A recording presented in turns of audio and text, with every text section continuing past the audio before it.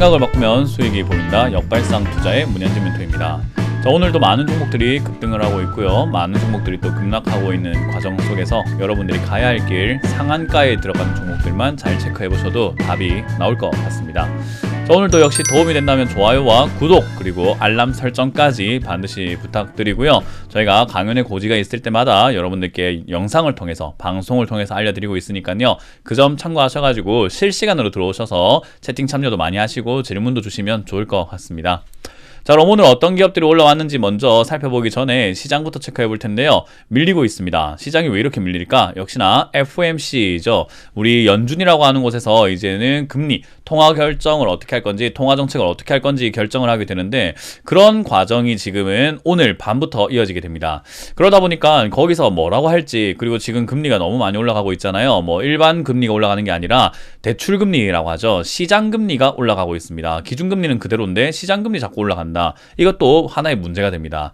그리고 연준에서 이제 그런 것들을 어떻게 관리할 것인가, 국채 금리가 올라가는 것을 어떻게 관리할 것인가에 대한 기대가 높아지고 있는 가운데서 기대가 너무 크다 보니까 실망하지 않을까라는 생각에 많은 매도 물량이 나오고 있는 것 같습니다.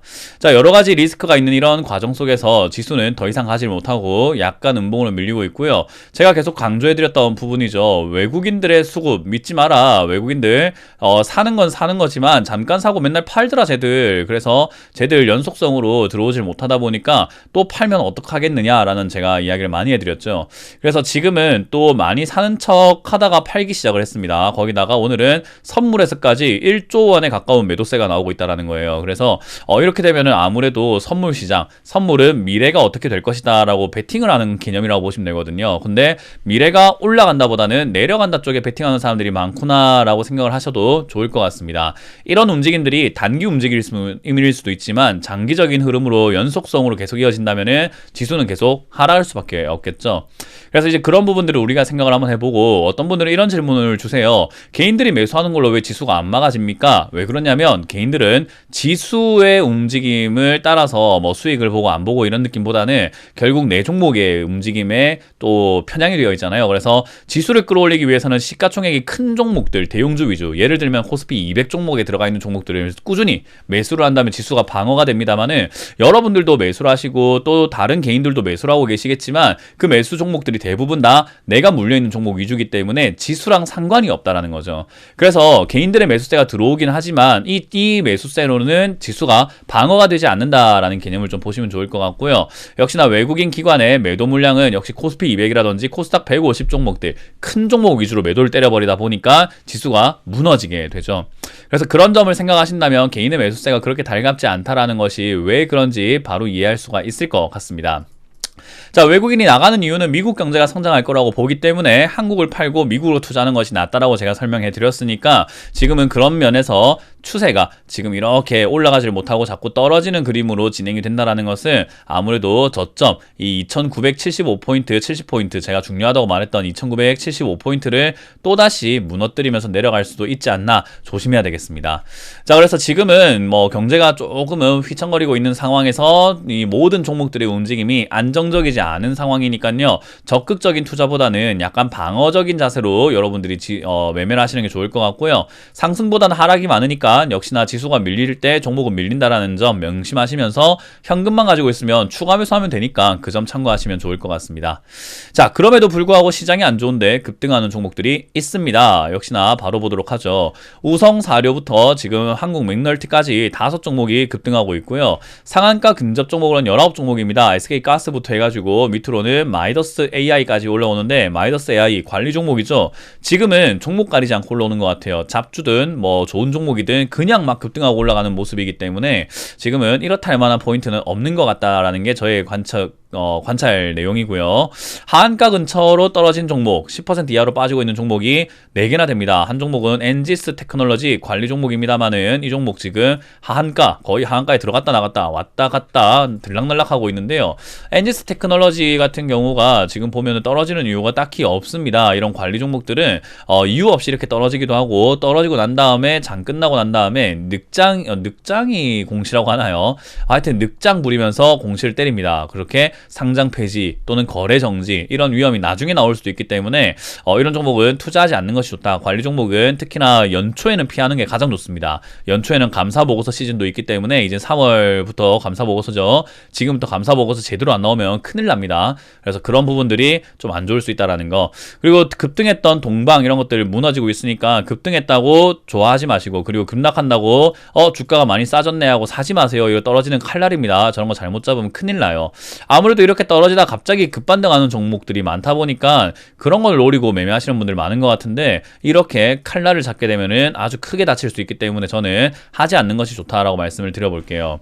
AT 세미콘 같은 경우도 원래 실적이 좋지 않은 기업이죠. 이런 기업들이 급락하고 있는 것은 역시나 무상 감자 때문입니다. 재무제표 상에서 약간 손을 보기 위해서 무상 감자하는 건데, 재무가 좋지 않고 역시나 자본금 유보율이 없다라는 거죠. 자본금은 높으나 돈은 가진 게 없다. 결국 무상 감자를 때릴 수밖에 없는 상황에 놓이게 됩니다. 그래서 재무제표 공부는 어느 정도는 하시는 게 좋은데, 재무제표 공부할 데가 없다 보니까 제가 아무래도 잠깐만이라는 코너를 제가 예전에 진행을 했었죠. 거기에 무상 감자 설명해놨으니까 꼭 보시면 좋겠습니다. 자, 오늘 올라오고 있는 우성사료부터 보도록 할게요. 우성사료 바닥에서 갑자기 뛰어 올라왔는데, 사료주, 비료주 이런 거는 역시나 식량난, 식품난 이런 것들에 의해 가지고 올라갈 수 있는 기업들이에요. 재무가 그렇게 나쁘지 않습니다. 적자가 흑자로 돌아섰고, 방금 봤던 기업하고는 다르죠. 유보율이 1000%나 있습니다. 자본금의 10배가 있다라는 건데, 돈도 많은 기업이다 보니 나쁠 거 없다라는 거예요. 지금 우성사료가 올라온 이유는 사실은 딱히 없습니다. 그러나 사료 이런 쪽이 올라갈 수 있는 것은 북한 이야기가 조금 나오고 있거든요. 미국의 바이든 대통령이 북한하고 모든 선택지를 열어놓고 다시 한번 대화할 가능성이 있다라는 그런 이야기가 설설설설 나오다 보니까 북한 관련주로도 왔을 수도 있고, 또는 우리가 항상 말하듯이 이상급등은 정치 테마로 엮여있을 가능성도 있습니다. 여러 가지 이유가 있겠지만 어찌됐든 급등했다라는 거. 어쨌든 밑에서 이렇게 횡보하다가 급등한 모습이 굉장히 좋아 보입니다. 나쁘진 않아 보여요. 이런 자리에서 매집이 오랫동안 되었던 기업이기 때문에 지금 상승은 제 생각에는 가능할 수 있을 것 같은 게 6,000원짜리까지도 매우 강하게 갈 수 있다 생각이 드는데, 그렇다고 이제 와가지고 뛰어드는 건 위험하겠죠. 들고 있으신 분들이 수익을 즐기는 구간이다. 그래서 저는 5,000원 이상부터는 매도 관점으로 보시되 6,000원까지 약간만 욕심을 내보자 라는 조언도 같이 드려볼 수 있을 것 같습니다. 그러나 우성사료가 오늘 이제 상한가에 들어간 모습이 뒤늦게 들어갔어요. 그리고 여기서 잠겨 있다면 이라고 하는 조건이 있고요. 자꾸 중간에 풀리거나 한다면은 안 좋을 수 있기 때문에 5,000원까지만 욕심을 내시는 것도 하나의 방법이 될 것 같습니다. 자, 그리고 메타랩스입니다. 메타랩스. 그리고 우성사료가 급등했기 때문에 비료 관련주 그리고 사료 관련주에 관심을 좀 가지는 것이 좋지 않을까 싶네요. 저기서 우리 역발상 힌트, 항상 급등한 종목이 아니라 급등한 종목을 가지고 다른 종목을 보자. 근데 지금 다른 종목인 한일사료, 현대사료 많이 올라왔잖아요. 그래서 이런 기업들 말고도 식품 관련주인 팜스토리도 급등하고 있고, 아직까지 올라오지 않은 사료 관련주나 식품 관련주, 비료 관련주 이런 것도 많이 있으니까 좀 체크해 보신다면 좋을 것 같습니다. 뭐 예를 들면 이제 오리 관련주죠. 정다운 이런 것들도 지금은 다시 움직일 수 있다 생각이 드니까 관심 가지는 게 좋겠죠. 자, 그리고 메타랩스 이런 것도 급등했습니다. 메타랩스, 아무래도 이 메타랩스라고 하는 기업은 예전부터 이제 신약 개발 이런 쪽으로 엮여 있는데, 아만다라고 하는 회사가 테크랩스 IPO가 있다라고 하네요. 자회사 테크랩스가 상장한다라고 합니다. 상장 추진을 한다라는 이야기 때문에 급등하고 있는데, 요즘 마켓컬리부터 해서 쿠팡 여러 가지 기업들 상장한다 이슈 때문에 급등하는 종목들 좀 많은 것 같습니다.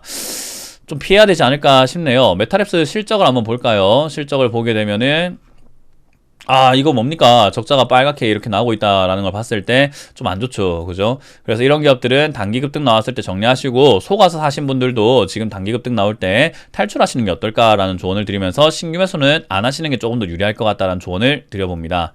자, 그리고 IGN입니다. IGN 같은 경우도 좋은 기업은 아니라고 저는 생각을 해요. 이 기업도 신규 상장한 지는 얼마 되진 않았다 생각이 드는 게 비교적 짧습니다. 2015년 상장 이후에 지금까지 흘러가는 게 꿀렁꿀렁거리기만 하지, 이 종목도 좋은 기업은 아닙니다. 신약 개발을 하고 있는 기업이다라고 보시면 되고요. 그 신약 개발에 대한 기대감이 없으면은 회사가 유지가 잘 안 되는 기업이죠. 적자폭은 오히려 더 늘어나고 있는 부분이거든요.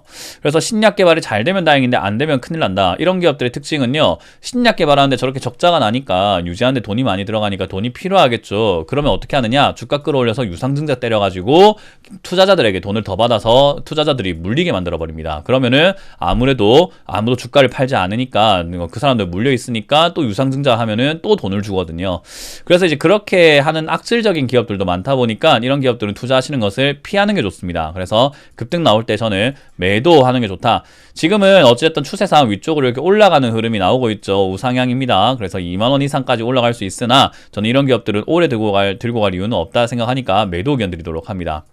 자, 그리고 경보제약입니다. 경보제약도 오늘 급등했습니다. 경보제약.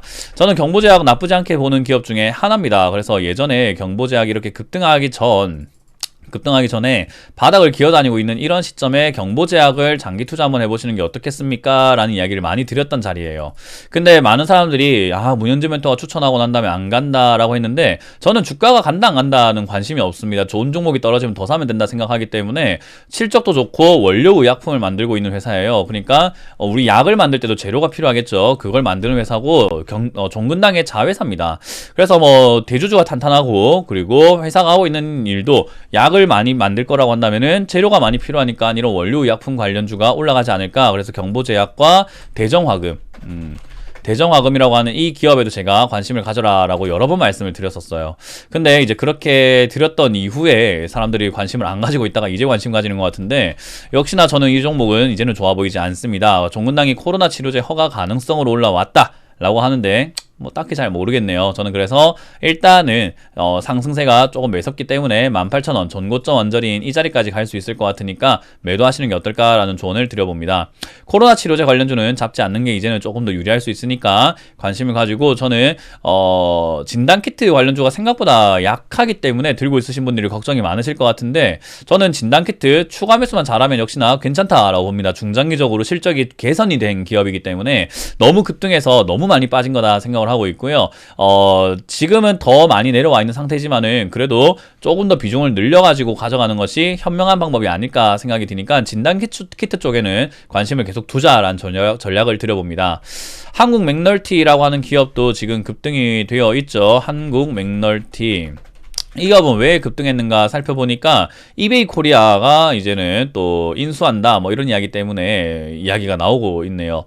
뭐 커피 관련주기도 한데 이 회사는 한국 맥널티가 지금 이렇게 올라올 만한 이유가 있을까? 뭐 이베이 관련 인수 이야기 때문에 올라왔다. 역시나 회사가 잘 되고 안 되고의 내용이 아니라 단순 이슈 때문이죠. 그래서 원두커피부터 뭐 커피 완제품들 이런 거 팔고 있는데 저는 잘 모르겠습니다. 그래서 이런 거는 일단 이슈로 급등했다라고 한다면 어디까지 갈지는 그 누구도 장담할 수가 없습니다. 그래서 뭐 11,000원까지 갈 수도 있고 그 이상 15,000까지 갈 수도 있지만 저는 욕심을 부리다가는 매도 타이밍 다 놓친다 생각을 하기 때문에 올라올 때 분할로 여러분들이 어떤 구간을 정하세요. 내가 10,000원에 팔겠다, 12,000원 팔겠다, 14,000원 팔겠다. 이렇게 구간을 정해놓고 매도를 하시거나 수익률을 정하세요. 수익률을 내가 한 20%대 팔겠다, 27%대 팔겠다, 35%대 팔겠다. 이렇게 수익률을 정해놓고 내가 정한 대로 매도하는 게 답일 것 같습니다. 그래서 이 종목은 개별 테마로 올라왔기 때문에 개별적으로 이렇게 저는 수익률 정해놓고 분할, 3분할 내지 4분할 통해서 25%씩 4번, 30%씩 3번 이런 식으로 분할 매도를 하자라는 전략을 드릴게요.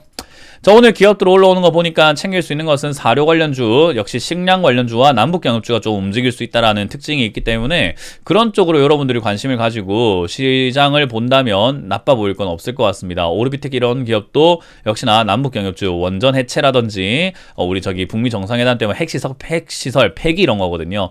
비핵화 관련주이기 때문에 이런 종목들도 움직일 수 있다라는 것을 봤을 때 남북경협주 관심을 좀 가져야 될 타이밍이 온 것 같습니다. 들고 있으신 분들은 조금 더 홀딩하시길 바라고 남북경협주의 힘을 좀 실어보자, 관심을 가져보자라는 전략을 드려보도록 할게요. 자, 이렇게 오늘 마쳐보도록 하겠습니다. 지금까지 역발상 투자의 문현진 멘토였습니다. 고맙습니다.